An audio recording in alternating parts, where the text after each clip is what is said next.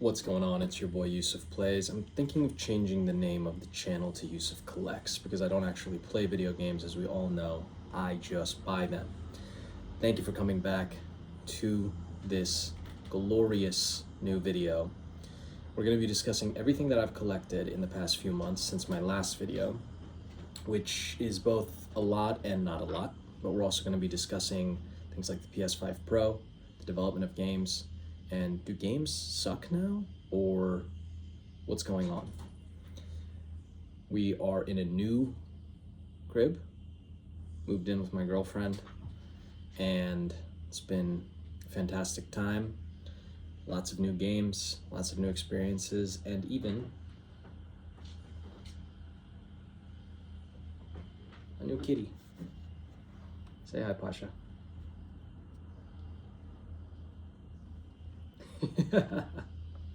He's having a great time.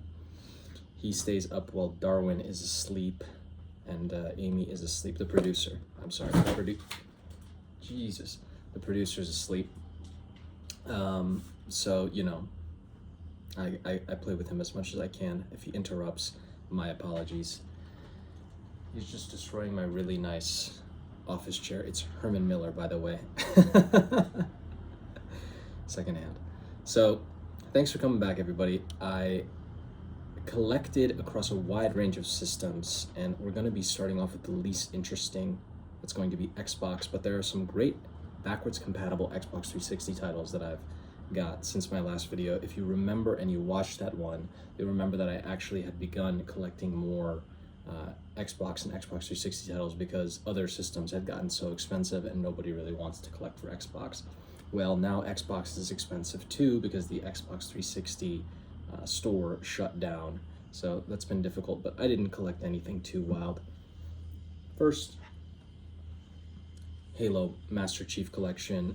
Played and had this on PC some years back. I played through Halo 1 when I got the collection and I did not like it. I think Halo 1, from when I played it a few years ago, has not held up. I just think that the environments are very plain. The visual remaster was not very good looking. In my personal opinion, it did not stick sort of to the true aesthetics and vibe of the original.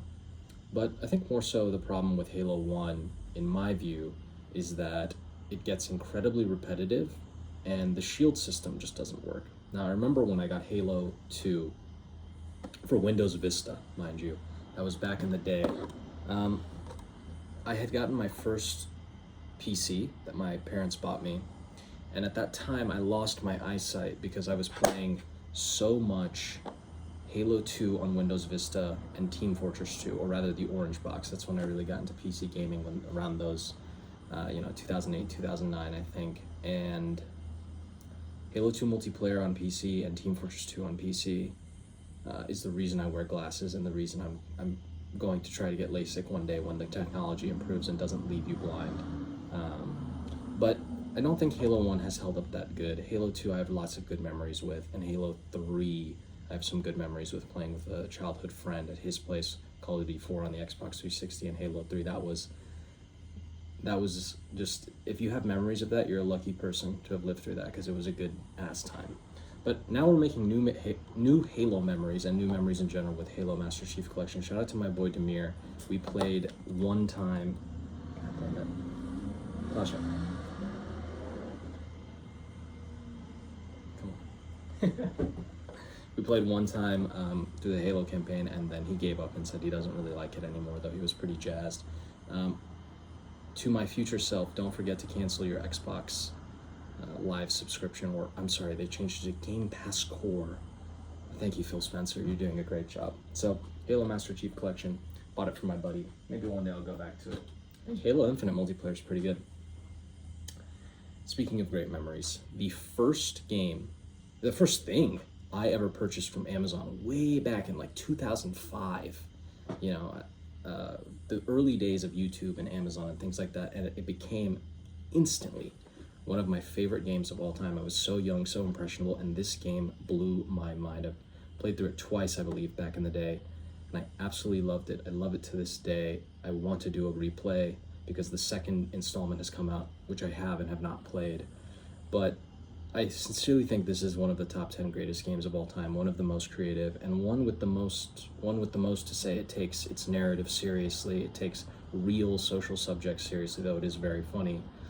That is the original Psychonauts. Tim Schafer, you have my heart.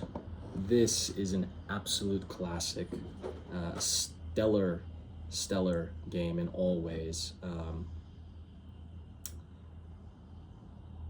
It is not been superseded or copied by anything because it is still a difficult proposition to get gamers to take something artistic, interesting, and original seriously.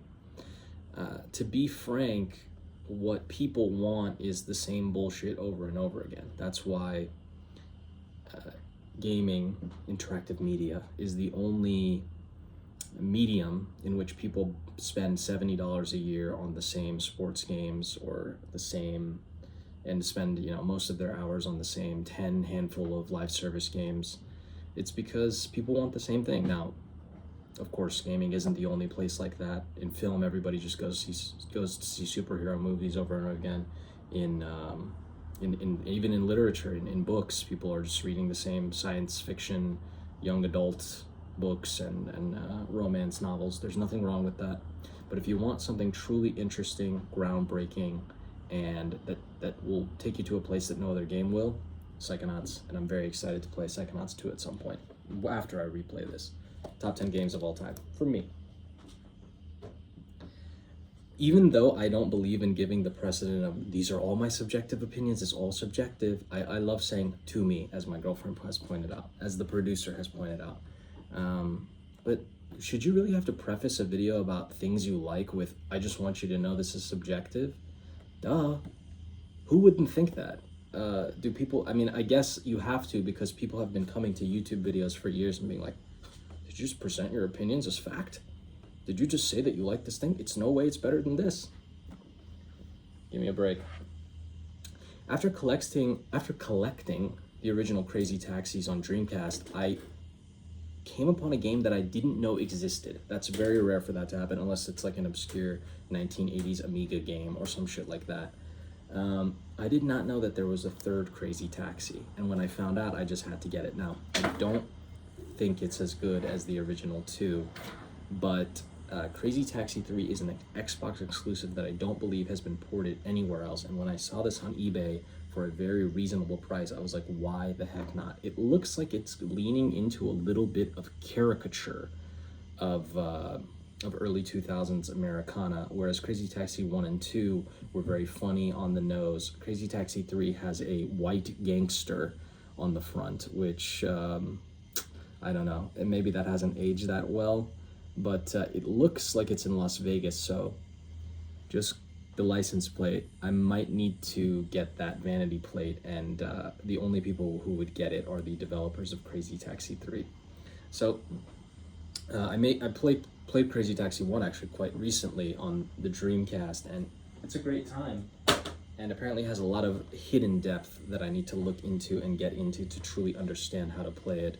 But Crazy Taxi 3, didn't even know it existed, but it's there, and they're making a new Crazy Taxi, which has like 100 taxis at the same time and is a live service game.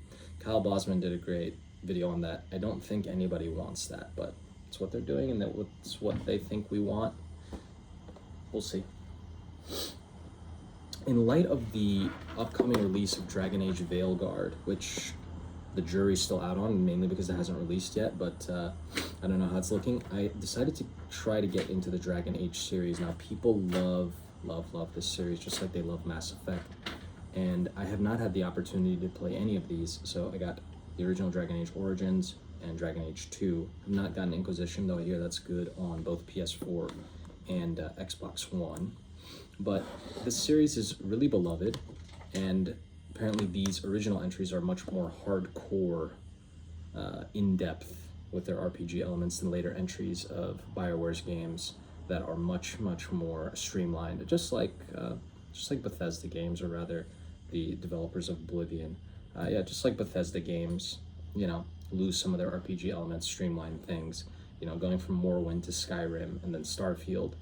you do lose a lot of the sort of granularity of choice, which, you know, can be good, can be bad. There's differing opinions on that. To me, I like a lot of options of choice, particularly in story. But I'm not really a fan of doing Excel spreadsheets when I video game. That's all I've said so many times. That's why Nintendo and Capcom are the best developers, because they don't make spreadsheet games. They make games that you play and feel natural. You know, some people love Dungeons and Dragons because they get to go home from work of their data entry job and then do number crunching. I like Mario because I go home from work and then I jump around as a little guy. If you can't understand the joy in that, it can't be explained to you. Dragon Age. Speaking of Tim Schafer, brutal legend. Now, this was a commercial failure when it released. Tim Schafer, if you're watching this video, sorry that the first thing people mention when they talk about your games is how fucking hard they bombed. But, you know, I remember playing a demo of this on the PS3 back in the day and really thinking it was quite strange. And I don't like heavy metal. I think it's music for really broken, strange people. I'm just kidding. But I'm not a heavy metal fan, and I don't really get the references, but you know, who doesn't like Ozzy Osbourne and that first album? So I'll have to give this a chance at some point. It's from developer and visionary auteur of one of the, you know, few auteurs in gaming, I think. One of my favorite games of all time, and this was after that they made this, so I'll have to give it another chance. Thankfully it's backwards compatible on Xbox 360, or I'm sorry, on Xbox Series X, so they do all that wonderful upscaling and 60 FPS and whatnot. I'd like to see, I think in the future, a real collection and a real remastering of all the LucasArts adventure games up to and into Double Fine, some sort of re-release anthology of everything. I know that a lot of LucasArts games, like that Tim Schafer worked on or directed, such as Full Throttle, Day of the Tentacle, and some of the Monkey Islands have been remastered. But I think something would be great, like all the Monkey Island games, sort of like Master Chief Collection, that you can flip between the new and the old graphics on modern consoles. That's really the key. I don't think those sorts of things are available, like this game or any of the Monkey Islands other than the newest one, are available on Switch or PlayStation. So that's something I'd like to see. These are Double Fine and its lineage and LucasArts are some of the most creative games ever, and they're very special. So that's Brutal Legend. And one of the you know, missing spots, I don't know what the term is, but one of the gaping holes in my sort of experience with one of my favorite series of all time, another game in my top 10, is Metal Gear Solid 3, and people who love Metal Gear Solid sincerely love Metal Gear Rising: Revengeance. I have never played this, but it's supposed to be one of the great character action games of all time. Platinum put their whole let me not say that. Platinum went hard in making this, supposedly, and I have always wanted to try it. Thankfully, it is backwards compatible on Series X with a stable 60 frames per second frame rate. You know I'm a sicko for that sort of thing. The original release was not on PS3 and 360, but particularly on PS3. So I never had a chance to play it back in the day, as I was a PS3 owner, and it wasn't really that much on my radar, but I love Raiden. I love Platinum games. Bayonetta rocks. I also have to make my way through that series, but Vanquish rocks. So we're going to give this a try at some point, and I'll probably love it because I love anything Metal Gear, even the ones that aren't that great, of which there are many, like the MSX games. I mean, they're fine. Okay, so that's all on Xbox. And speaking of consoles and publishers that might become third-party at some point, we're going to go into Dreamcast. Now, there's been some big news on the Yusuf Dreamcast front. First is, and I can't show you because it's out of frame right here, but we've got my first ever CRT. Now, I paid for this and I like it, but I have not got enough use out of it because I haven't really hooked up my Dreamcast to it or found a place to put it. It's not that big, it's an 8-inch, and that's the other problem. It's a little bit small. I'd like something bigger, but I think for an individual who lives in a major metropolitan area with limited space, oftentimes it's best to start small, and then if you really want to work your way up, work your way up. These things are getting rare, expensive, and honestly, it's sort of ridiculous. And there's alternatives such as RetroTing 4K, like OSSC, Mister, things like that. There's alternatives, but something about it's sort of the same argument as PC gaming versus console. It's a CRT versus that sort of retro tinking thing. When you remove the option to tinker, it becomes streamlined because you don't have a choice, and then you actually have to confront doing the thing. So PC gamers are like, why would you ever buy a PS5 Pro? Why would you ever buy a console at all? You can get all the games on PC, and you can get blah, blah, blah. But what they forget to tell you is that they spend 6 hours in forums wondering why their game doesn't run, wondering when the next driver patch is coming, or waiting an hour for their driver to update, and tinkering with settings and going on videos and watching recommended settings. With consoles, with CRTs, it's chosen for you. This is the experience, you're going to have it. Spend your time having the experience, not getting ready to have the experience. This is coming from somebody who doesn't play games, just buys them and then puts them on a shelf and anticipates playing them. So don't take me that seriously, but it's cool to have one. It's cool to have one, and I will say it definitely makes retro consoles look much better. I mean, I played Resident Evil Code Veronica on a LCD monitor, that one, and it was an unviewable mess. It was garbage. I literally could not see what was going on. And then hooking it up to the 8-inch PVM, excuse me, which is a Sony Trinitron. I forget the model name. They still have that problem with Sony products there. It's like the 8QV, whatever. It was a night and day difference, sincerely. I mean, you could see everything was legible, the colors were popping fantastically, and the resolution was consistent across. When you get a resolution bump or drop in a full motion video, it's jarring, but on a CRT, fantastic stuff. So Resident Evil Code Veronica, I played the opening of this and enjoyed it. I'm still not a tank control fan, no matter what philosophical or design argument you make for it, like, oh, well, it increases the tension. Well, it increases my frustration too, but I guess that's a good thing. Resident Evil Code Veronica, I bet that's up next for Capcom's remake division. They don't stop and they won't stop. A lot of fantastic Dreamcast games were relegated to Japanese release only and never made it to any Western market, including the United States, but even Europe. And that was unfortunate, but the geniuses behind such things as piracy and theft have come up with a great solution. And this next two games I got are reproductions. I would like to own original copies, but it wouldn't matter because I don't speak Japanese, and it doesn't really make sense to pay a lot of money for something you can't play. But a lot of things I don't do make much sense. Regardless, I picked up a reproduction copy of Lack of Love. It was interesting. I kind of went down a nostalgia trip, a memory lane moment.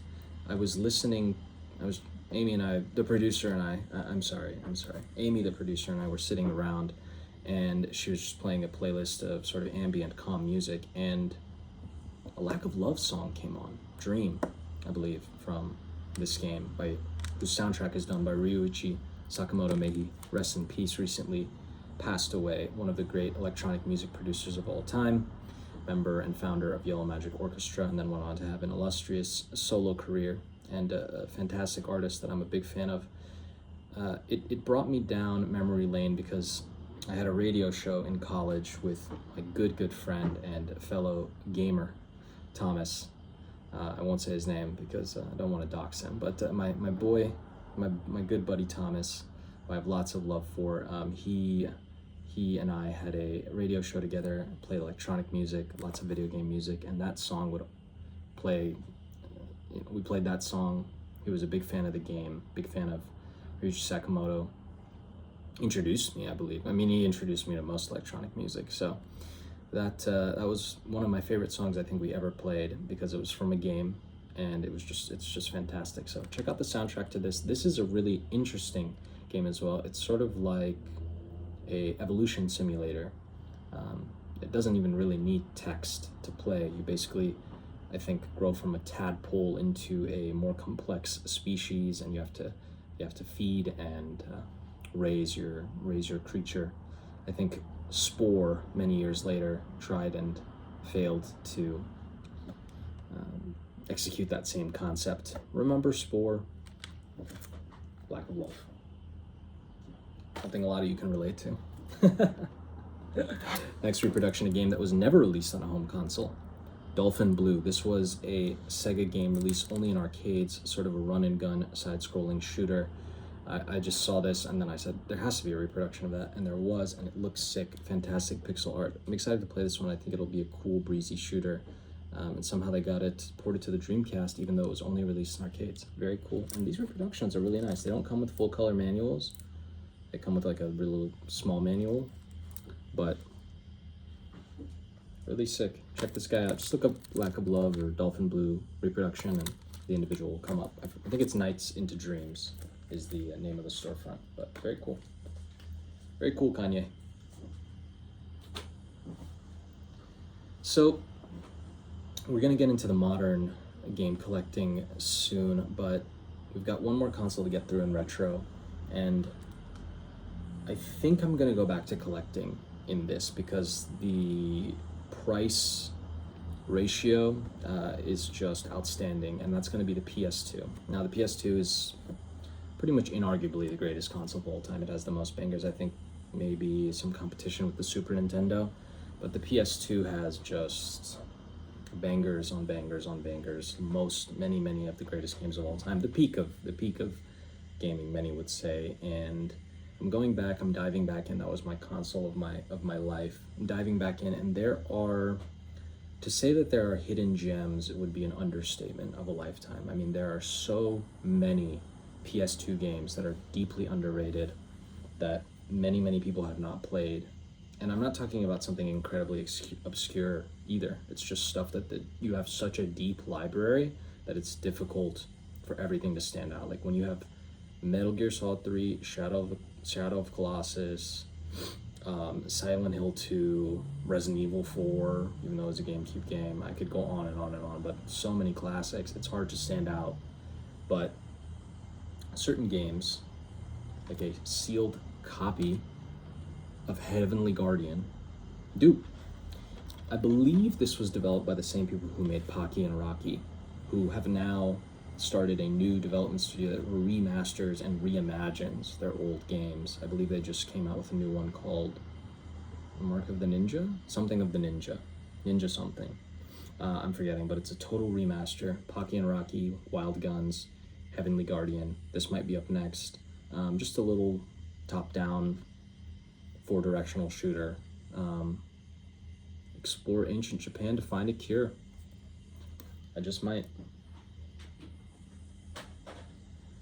Another side-scrolling shooter in a very popular series that has not seen great days recently, but apparently this is an underrated gem. It's going to be Contra Shattered Soldier.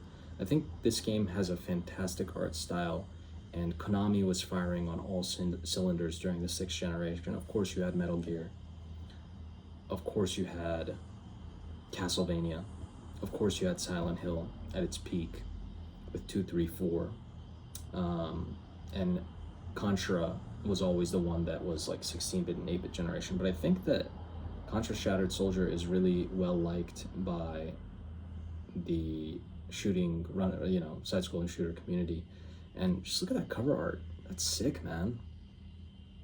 That's dope. She's ready, and he's ready to go. So, looking forward to giving that a try.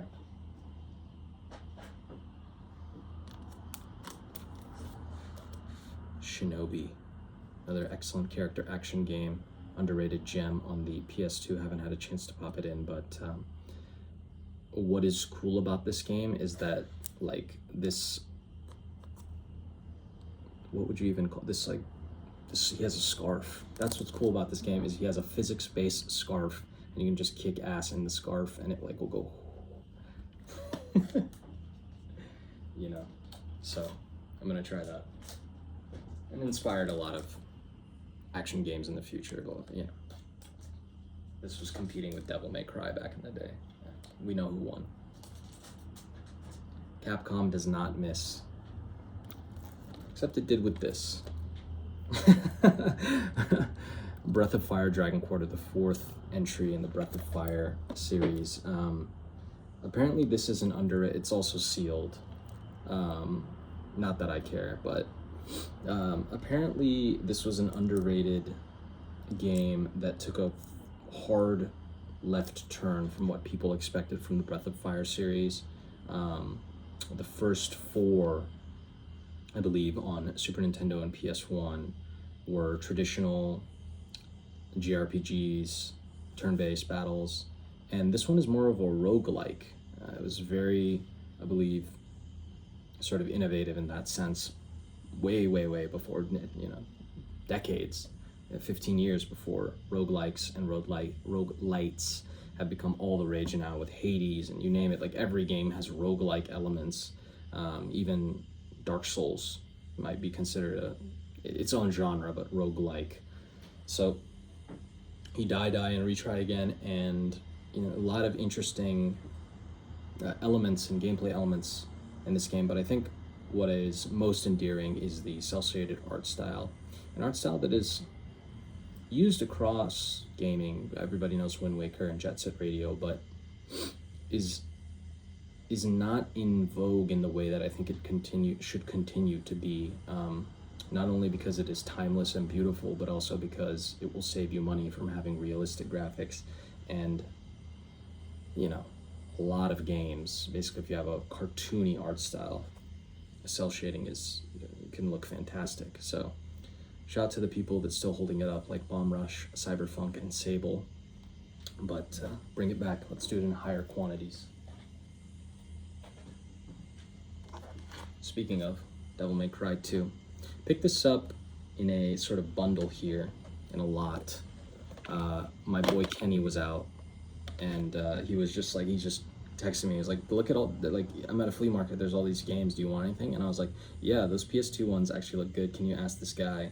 And Keisha Boy is the vendor and the seller. I have not followed him on Instagram, though he asked me to, but Kenny started asking questions like, is this CIB, blah, blah, blah, and then the guy called me on Kenny's phone. He's like, I know exactly what you're talking about, you're a collector. And I just thought that was funny, because it doesn't really feel like there are that many in the Bay Area. This is the worst Devil May Cry by far, I've heard, and I guess I'll have to play it if I get into the series one day, but this is the unparalleled king, the series rather, of the character action genre. That's what they call it. I don't really like calling it that, but shout out to Keisha Boy for that, and Time Crisis 3. I was such a huge Time Crisis fan on the original PS1. It was one of the first games I ever got and played, along with Crash Bandicoot and Final Fantasy VII when my cousin gave me his PS1. That's sort of the thing about video games. Nostalgia is a domineering emotion, and I don't think that's necessarily a bad thing. I think nostalgia can be good in healthy doses. Good memories are nice, and even though Tony Soprano said, "Remember when is the lowest form of conversation," I think he just said that because he heard it from the TV show or his therapist, I forget. But I don't necessarily agree with that. I think it's good to look back and reminisce on the past and understand ourselves and our past selves so that we can look to the future and understand what may happen and forge a better path. Time Crisis 1 allows me to do that because it's so damn good. And maybe Time Crisis 3 will be just as good. And I can play it because I have a CRT, and light gun games only work on those. Fun fact. Final Fantasy X-2. I really don't know about it. But here's another memory. I'm unlocking a lot of memories. My mom is a math teacher and was a math tutor back in the day because teachers don't get paid enough. So I remember she would tutor this one kid who had a 2-story house, and then she would bring me along because, you know, daycare is expensive, and the families were just nice enough to let me hang out while my mom tutored. And upstairs, this family had, you know, he was a big gamer, and he had a PS2 with Metal Gear Solid, Final Fantasy X, a bunch of other games. Those are the two I played a lot, were Metal Gear Solid 3 and Final Fantasy 10 on his PS2. Oh, and God of War 2. And he was like, yeah, man, go up and play. And it was just sick. Those 3 games, I played the hell out of them on his PS2 when my mom would go tutor them. And he had like a big game collection, and like he was into anime and stuff. This was back in the day when you would actually get made fun of for liking that stuff. And me and him, he was older than me, but I don't remember his name or really anything else about him, but he was a very kind guy. And I hope you got into a really good college, man, and that you're a millionaire now, doctor with a hot wife, and all the PS2 games you want. I hope you kept your games and didn't sell them like stupid people. I might ask my mom who that was. Another memory unlocked here. So many good memories with the PS2, man. Can't be understated. Back in the day, when I first got into collecting, I mean back in the day, like when I was like 14, 15, I had played Shadow of the Colossus, and it instantly became my favorite game of all time. And I really wanted to play a game by the same developers and the same auteur, Fumito Ueda, who developed it. And I needed a copy, and it was impossible to find one. And I don't think I really knew about eBay or wasn't allowed to use it.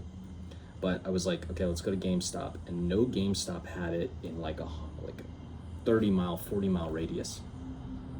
So I begged my mom to take me to the one GameStop that has a copy of Ico, the original on the game on PS2, the original game by Fumito Ueda, creator of Shadow of the Colossus, Ico, and Last Guardian. And she drove me to, I don't even know where, Texas, some strip mall hella far away, to get me a copy at the one GameStop that had one of Ico. And I don't even think it had the manual, my original copy. This is not my original copy. I sold that many, many years ago, but I got a complete and beautiful copy now. It's also one of my favorite games of all time. It's one of the most beautiful. I think Shadow of the Colossus is an 11. Ico is also an 11.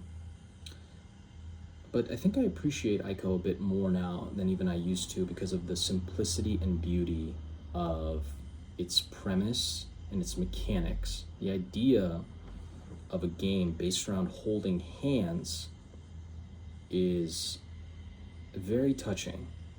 And I think it's also important for gamers because they're not really people who get to do that a lot. So I think this is a beautiful experience, and if you can hold hands with a woman and then show her a game about it that I think she can appreciate, I think this is a good introduction for lots of people who don't play video games. I think this is a good introduction to the sort of artistry of what they can be. I think it's a beautiful thing. Go hold somebody's hand. Okay, now we're getting into modern consoles. I know I'm a psychopath Switch collector, and a lot of my videos have been deeply about Switch collecting, but I have not Switch collected almost anything for months. We've got 3 games here to show, and one of them I was thinking about getting on PS5, but then I was like, nah, might as well get it on Switch. It's probably better for a portable system, or so I heard, and the differences in performance and quality are not significant enough to warrant to get the PS5 version. So the first is the Paper Mario Thousand Year Yusuf, what's wrong with you? The Paper Mario Thousand Year Door remake. What is there to be said? I'm very glad that this was remade, because this was incredibly expensive on GameCube to collect for, and a highly sought after and one of the best GameCube games.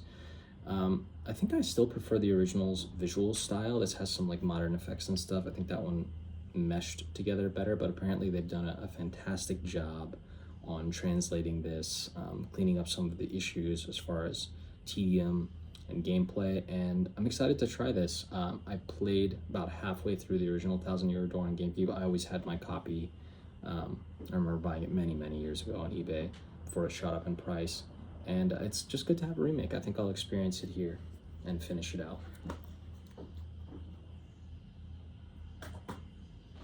This is the game I was going to buy on PS5, but I decided not to. Unicorn overlord. I am a sucker for turn-based strategy games. I think, Thomas, if you're listening, I think you might really enjoy this if you haven't already played it, because you like Fire Emblem so much. This is a little bit different, but I think turn-based strategy games, some of the most charming and well-made and just engaging games like Triangle Strategy and Final Fantasy Tactics and Fire Emblem, this is in that top tier of that sort of game. So Vanillaware, you can do no wrong in my eyes. And the last Switch game I collected, which I basically felt like I had to, or else I would miss out, and then apparently I didn't miss out because many copies are available, but Nintendo World Championships NES Edition. Really just a great package here, but I'm not really interested in opening it up. I'm not jonesed to play this. I think it's nice to have. I may play it one day. I think the concept is cool, but you know, there's other things to play. But pretty cool that it exists, and I hope to crack it open one day and maybe get a couple games in, or just keep it sealed and never touch it, just collect it, but never sell it either. Oh, cool though. Look at that, shiny. Ooh. All right. Continue on to modern consoles.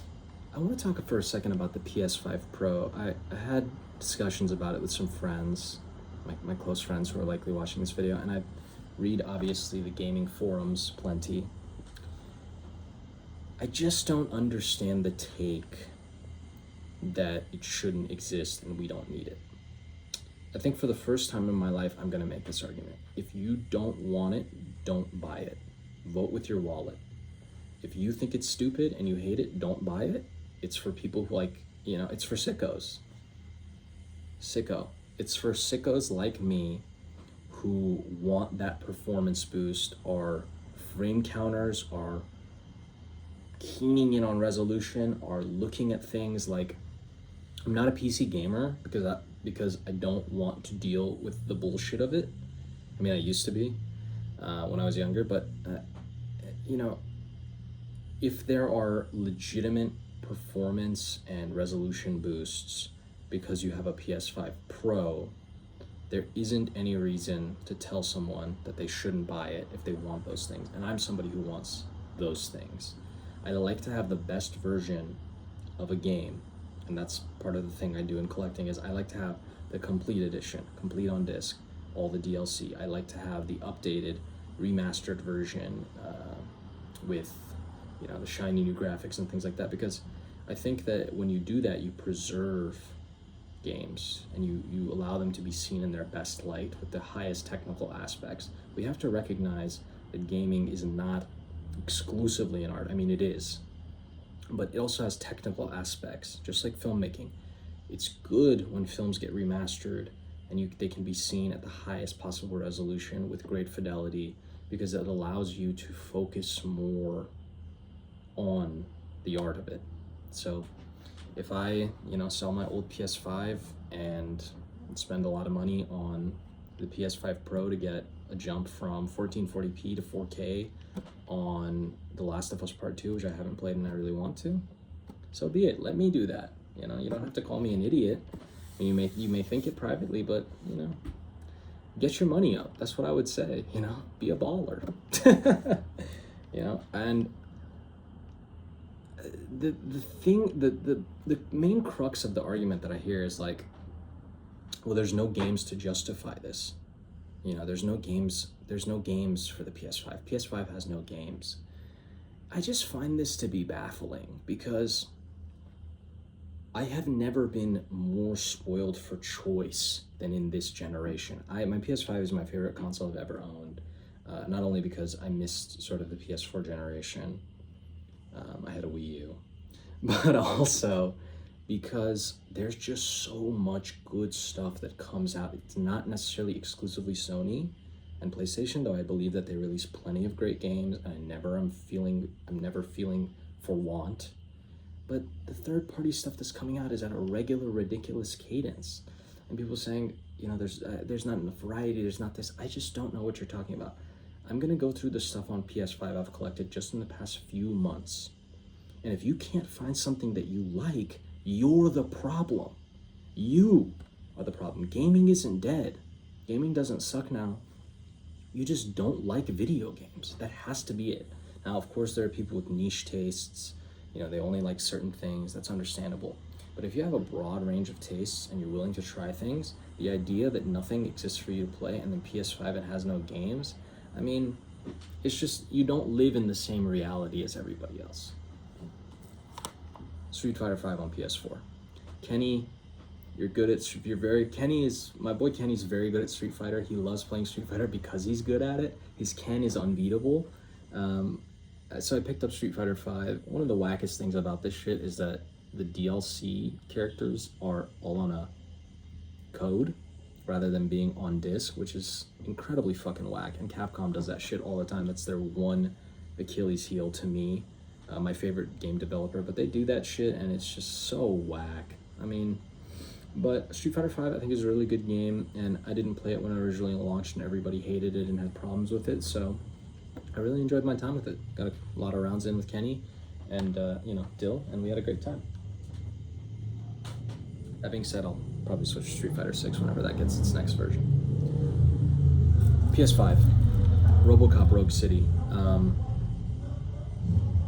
This is the type of game that we're going to need PS5 Pro for, because Unreal Engine 5 games are going to continue to be more graphically intense and more detailed, and you're going to be running games at a native 800p at like 30 frames per second. And yeah, that sort of thing matters to me. Like, I like a nice native high resolution or upscaled, though I've yet to use DLSS or whatever. I guess some console games have FSR. This game apparently looks bonkers visually, and you can play as RoboCop and shoot a bunch of people. I listened to a really good episode from a gaming podcast and a sort of writers group that I like called Bullet Points, that they really discussed how this fails to understand the criticism of capitalism and the police state in RoboCop, the original film, which I have not seen, though I love Paul Verhoeven. Maybe so.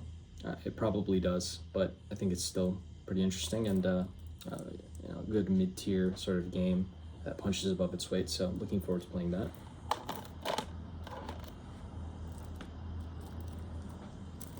This is the type of stuff people complain about, but it's a remake of Persona 3. We've got Persona 3 Reload. My good buddy Thomas, that I've mentioned a number of times, gifted me a copy of Persona 3 FES on PS2, which I never got around to playing. But it's an incredibly kind thing that he did, and I promised Thomas I'm going to play this so that I can make good on my promise to get into Persona. Sega/Atlas just released a huge DLC for this, and it's kind of whack because, like, why wasn't it in the original game, and do I have to pay extra for some like content that's 20 years old? But that's how gaming is.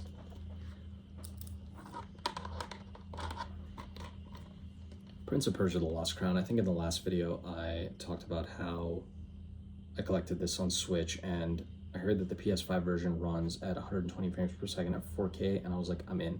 It also is one of the best games of this year.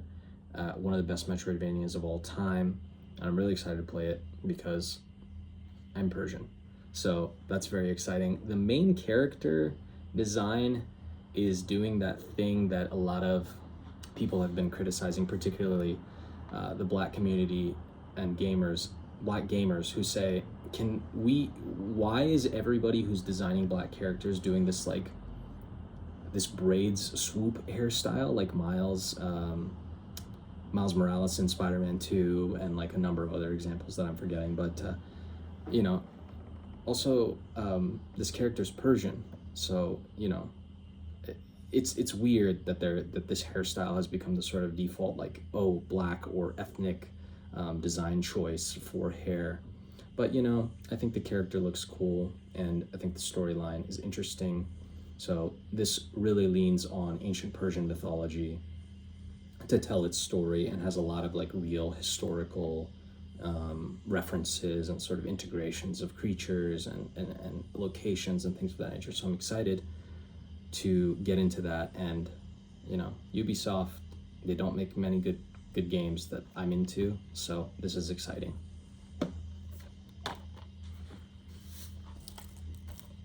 Lies of P, the best Souls game not made by FromSoft. Are you still saying there's nothing to play? It's not remakes. These games came out in the past 2 years. You got a Metroidvania and a Souls game. These are both action games. Like, what do you want? Stuart, pick this up because you love Bloodborne. Pick this up, I'm telling you. And now, hey, you got a PS5 now? 60 FPS.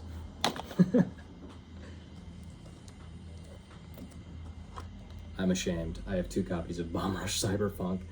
I was bummed that the special edition on IM8-bit sold out, so I was like, screw it, I'm just gonna get this super cheap copy of the regular release edition through Amazon. Then IM8-bit announced that they were restocking the PS5 versions of Bomb Rush Cyberpunk, so I picked it up, and now I own 3 copies, 2 on PS5 and 1 on Switch. It is shameful, it is sick, but what can you, this was super, I mean, it's a pretty cheap game, you know, even the collector's edition was like 30-something bucks. This is even cheaper, so this will stay sealed. This used to be actually the most rare PS5 game. This was like $150, and I don't know how much it is since they reprinted it, but thank goodness they did. And shout out to them for keeping the DLC code separate. The DLC came with the special edition. It's just two little characters, but that means I could play this and then redeem it and not have to open this. Great. Okay, another remake, System Shock. Night Dive are the best remakers, developers in the game. I've never played System Shock 1 or System Shock 2, so I'm very excited for this. I've been really wanting this, and it dropped to an incredibly low price. It's like 20 bucks. So I was like, yeah, I'm gonna pick up System Shock on PS5. And they apparently just released a patch that fixed all the issues that people have been having. I just tried to reset era thread that everybody was like, yeah, it's broken.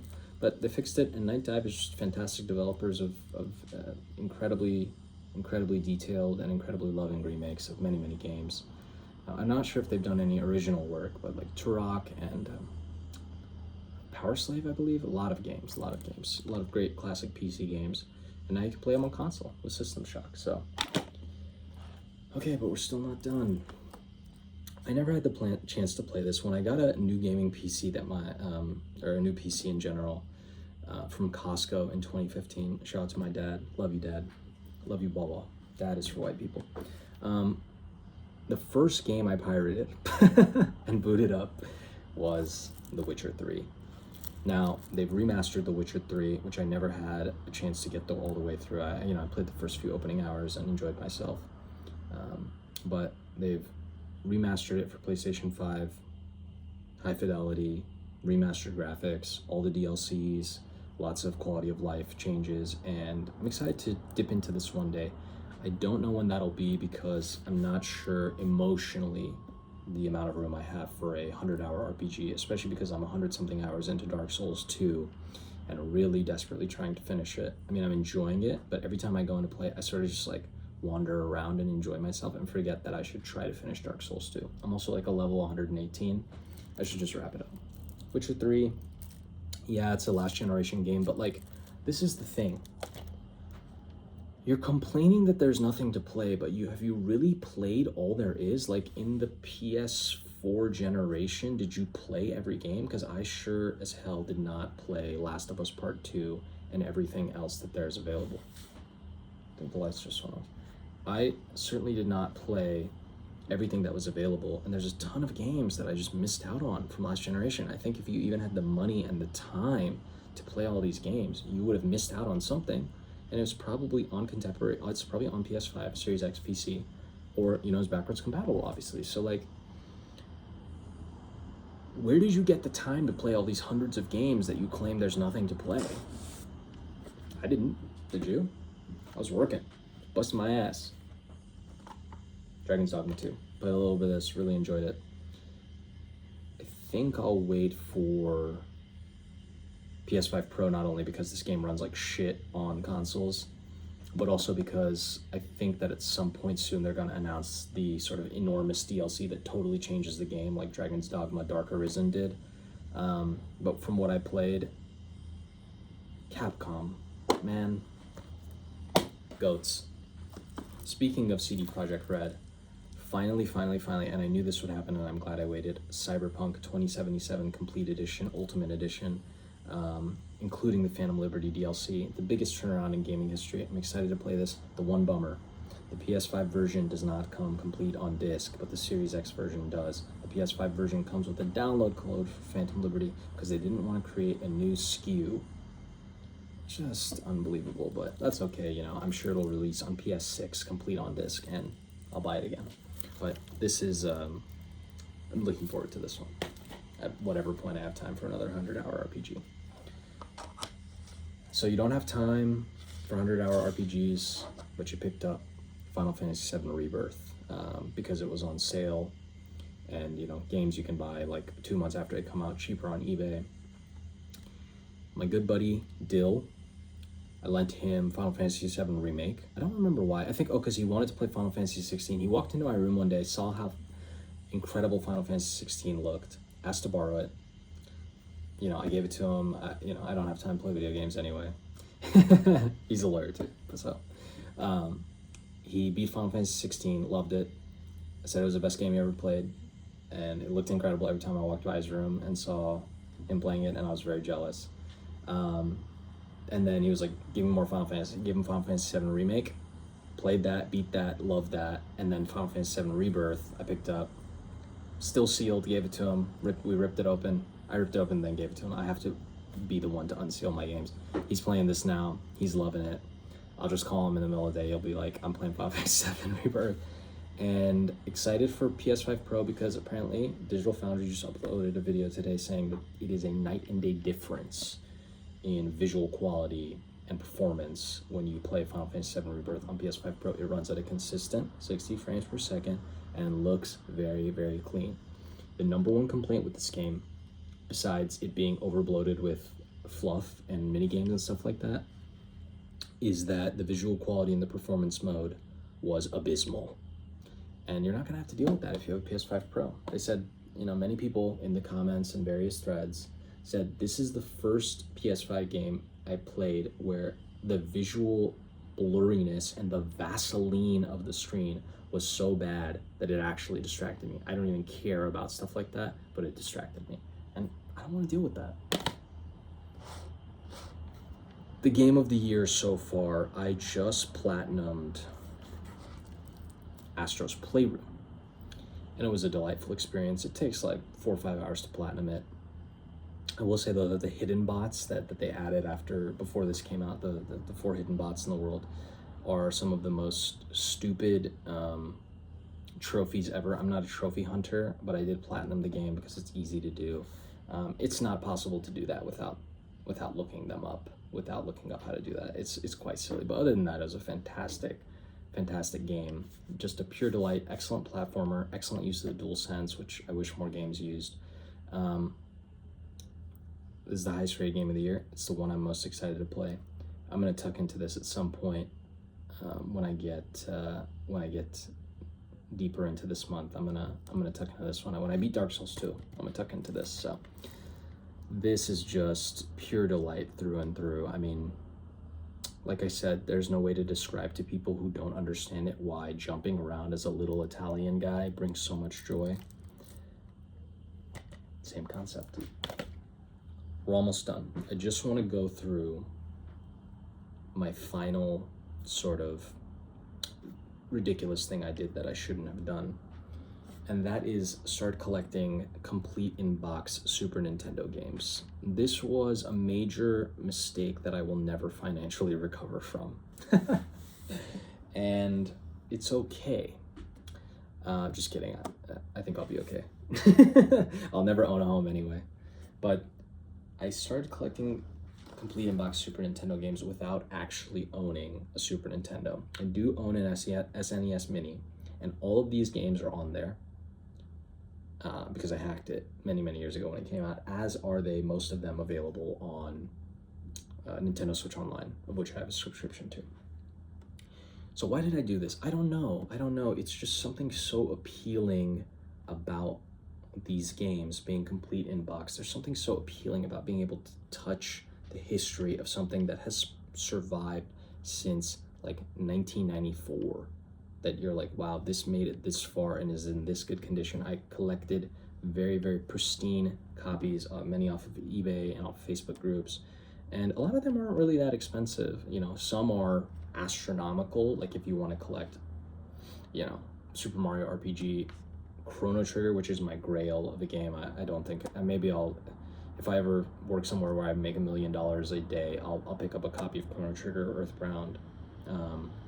But, you know, and some are affordable, like Star Fox you can pick up for like $100 maybe. It's not cheap, but, you know, if you want a complete in-box copy of Star Fox and other games, they can be cheaper. So what I did get are 2 Super Famicom games. A lot of great Super Nintendo, Super Famicom games never released stateside. One of these has been ported into English only recently on the Switch. That's going to be Seiken Densetsu 3, the sequel and the 3rd game in the Mana series after Secret of Mana. Really, really clean, nice copy all the way from Japan. Happy to own this. I'll play it on Switch since I don't have a Super Famicom. And a Square Enix RPG, which the copy is not that clean and it was never made it to America, but Bahamut Lagoon.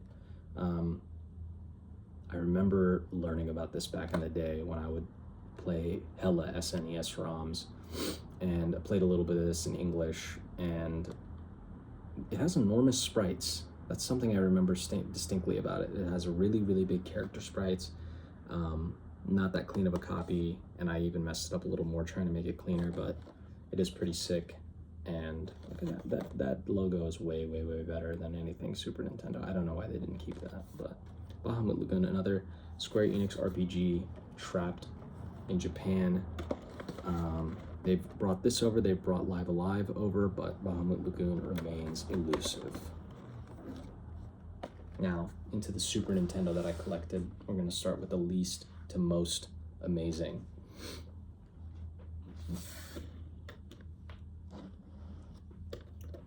Super Tennis.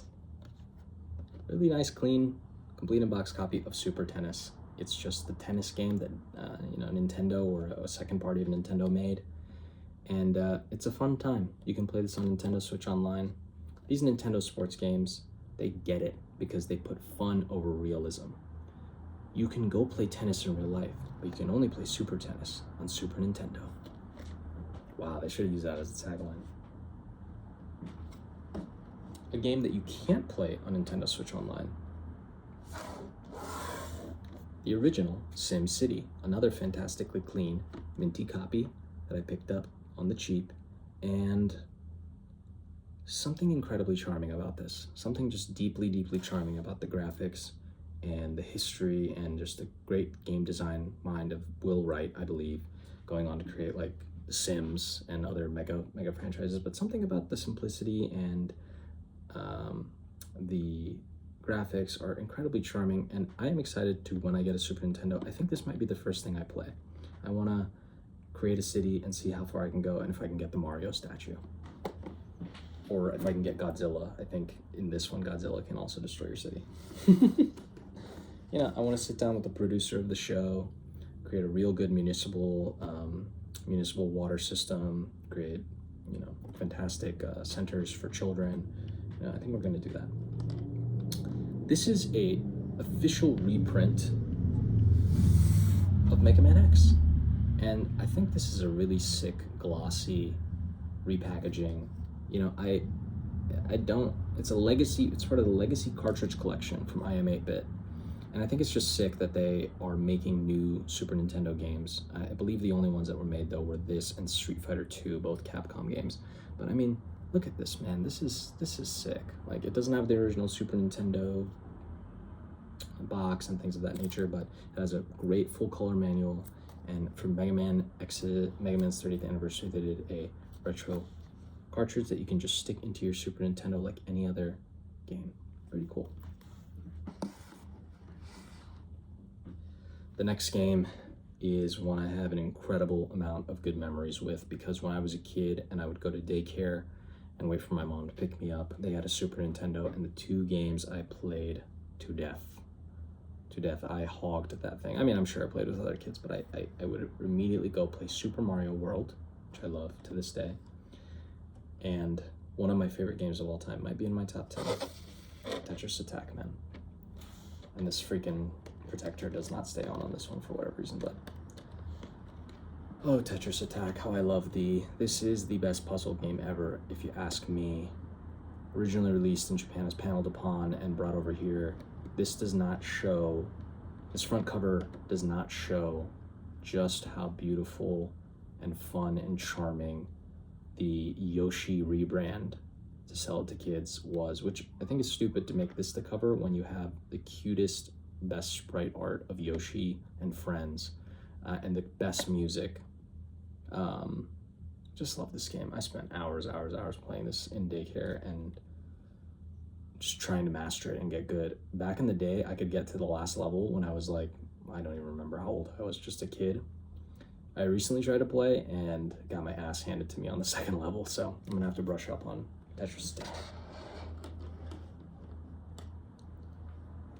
I'm gonna show you these two because they're not complete in box, because the complete in box version of Super Mario World is prohibitively expensive because this was a pack-in with the Super Nintendo.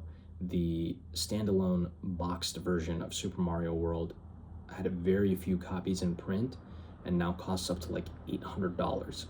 I'm not that stupid. I mean, I'm a stupid person. This is a silly hobby, but even some things are beyond my understanding. Like, why would you want that? Just get a reproduction box, call it a day. This, however, is an authentic cartridge and manual for Super Mario World, one of the best platformers ever. And then I had a complete in-box copy that I picked up of Donkey Kong Country, but which I returned today because it wasn't in the condition that I wanted. Yes, I'm a sick person, but I did pick up an authentic manual. And it's funny because on the first page, it literally has a typo. Look at the fancy box. Look at the size of this instruction manual. Bruh, I'm making a video. Anyways, there's a typo on the first page, and it's legitimate. I looked at the Nintendo website, and they made a typo, so good for them. Not Donkey Kong Country isn't as good as Mario, guys. It's not. But it's a good game. Also, one of my favorite series ever. Played the hell out of the original on Virtual Console and played the hell out of the sequel, spiritual, the revitalization on Wii. That's going to be Punch-Out, but never got around to playing Super Punch-Out much. Never got this on Virtual Console, but this is just another fantastically made Super Nintendo game, from the charming graphics to the beautiful simplicity and elegance of the gameplay. Punch-Out is one of my favorite series, and this is my blind spot. I haven't played this one or the original arcade one, which I think you need to actually play on an arcade machine. But the original Punch-Out and Punch-Out on the Wii are beloved to me. I mean, pick up and play, fantastic. Spent countless hours on those. As I mentioned, complete in-box copy of Star Fox. This came in such good condition that I almost didn't believe it was authentic. I had to do a lot of like fiddling with the box and opening up the cartridge and stuff to make sure this is 100% authentic, going so far as to put wear and tear on it to make it not as good as I got it, but it is indeed authentic. And while this has been, sort of made, I don't want to say obsolete, but surpassed by Star Fox 64 and other, maybe some subsequent ones. Basically, Star Fox 64 is a upgraded remake of this game. There's something very beautiful about the original, of how they pushed the Super Nintendo and blew people away with the Super FX chip, and just like, you'd never seen anything like that. I remember I had a friend when I was a kid, my best friend, he had a Super Nintendo, and even back then I was still like sort of amazed when he played the original Star Fox on Super Nintendo, and that we had already had like the GameCube at that point. But something about the original Star Fox is just like, whoa, how did they do this on that hardware? Incredible. And of course, the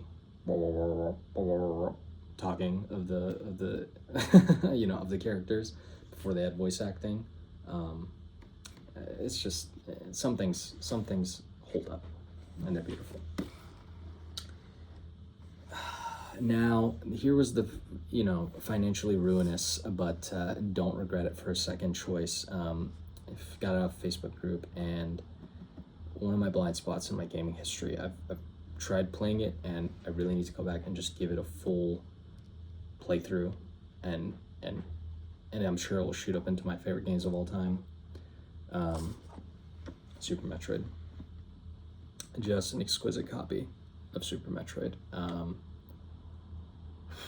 I can't believe, I mean, as Metroid Prime being one of my favorite games, I can't believe I've never played this all the way through and beaten it. I played a good chunk of it and then dropped it, but what can be said about one of the most influential games of all time that hasn't already been said? I mean, we owe this game everything, like as far as action adventures, as far as Metroidvanias are concerned, as far as like literally indie developers, even the ones who don't make Metroidvanias, should cash a check to the development team every year that goes into a fund, like a pension for the developers of Super Metroid every year. You have to pay your penance, your tithe or whatever to the developers of Super Metroid every year, because this is like one of the top 10 most influential games of all time, along with Dark Souls, just as far as like creating a genre that people copied, it's a template, like, oh, Super Metroid did it this way, let's do it this way, this is how the game is structured, so on and so forth.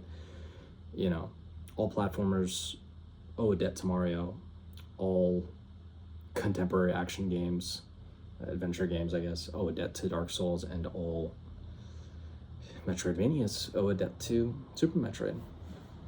So, shout out to Super Metroid, shout out to Samus. Gonna have to tuck into that soon enough. So that's everything from YusofPlays for the past few months. Some heavy hitters in here, some stuff that I actually really look forward to playing. I'm getting back into actually playing video games rather than just buying them and putting them on a shelf. Like I said, 100-something hours into Dark Souls 2. It's taken me months to get there. And I had started at like 15-20 hours like a couple of years ago and then dropped, but then I came back in on my save file. I said, let's really do this. I picked up from where I left off, and it's been a blast. I don't see why people say that game is not that good or like the worst in the Soul series. I'm loving it. I'm loving it even more than I remember loving Dark Souls 1. I'm having a fantastic time, and I really don't see any problems with it. It's Scholar of the First Sin on PS4. Yes, like one of the complaints that people have is there's too many, I forget the term that they use, gank?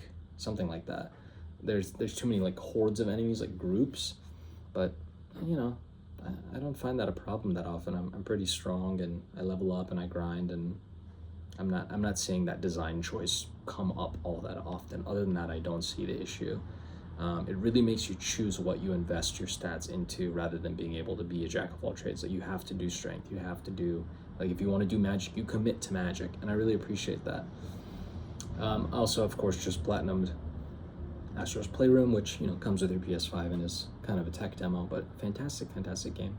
And I think after I beat Dark Souls 2, I can't really decide what I'm going to play because there's so much fantastic stuff, but I've sort of been gravitating towards Resident Evil 3 because I loved Resident Evil 2 Remake so much. I just kind of want to beat that and get to Resident Evil 4 Remake, so I might mainline those. We'll see. It's going to depend on vibe, it's going to depend on feeling, but I'm not going to play something that takes me as long to beat as Dark Souls 2. Regardless, thanks so much for watching. We're about over an hour in, and I want to thank everybody who made it through this video. I'll see you next time in a few months on the next YusofPlays.